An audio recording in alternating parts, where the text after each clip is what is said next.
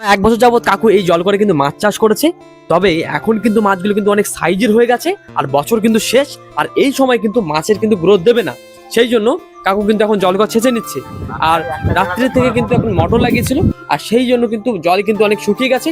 আর কাকু আর কাকুর বন্ধুরা মিলে কিন্তু সমস্ত মাছগুলো ধরে নিচ্ছে তাড়াতাড়ি, কারণ তাড়াতাড়ি যদি মাছগুলো না ধরতে পারে মাছগুলো কাদা খেয়ে মরে যাবে, ভালো একটা দাম পাবে না। তো যাই হোক, কাকু আর কাকুর বন্ধু মিলে কিন্তু প্রচুর তাড়াতাড়ি মাছ ধরার চেষ্টা করছে যাতে মাছগুলো না মরে যায়। আর কাকু কিন্তু আমাদের মতোই কাঁকড়া ছাড়াই জল করে, তো সেই জন্য কাঁকড়াও কিন্তু একটা পেয়েছে ভালো। আর এই যে এজে মাছ দেখতে পাচ্ছেন বা কুচো মাছ যাই বলুন না কেন, সাদা কুচো হোক বা লাল কুচো, এগুলো কিন্তু আমার ছাড়তে হয় না, এগুলো কিন্তু মাটিতে একা একাই জন্মগ্রহণ করে। আর আজকে আমাদের সাথে এসছে আমাদের সায়ন ভাই। তো সায়ন ভাই কিন্তু ও কিন্তু মাছ ধরতে কিন্তু খুব ভালোবাসে, যদিও ও সবসময় আসে না, তো আজকে কিন্তু এসছে। আর দেখুন বন্ধুরা, হাপড়ে মাছ জামানো ছিল, যে মাছগুলো ধরা হয়ে গেছে। আর এই মাছগুলোর সাইজ দেখুন, এই জাপানি পুঁটি বলুন আর সমস্ত মাছই বলুন না কেন, তবে গ্লাস কার্প কিন্তু একটা ভালো সাইজ দিয়েছে।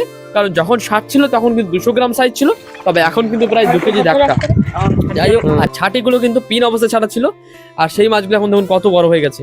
ভিডিওটা কেমন লাগলো অবশ্যই কমেন্টে জানাবেন, আর চ্যানেলটা লাইক সাবস্ক্রাইব করে কিন্তু পাশে থাকবেন।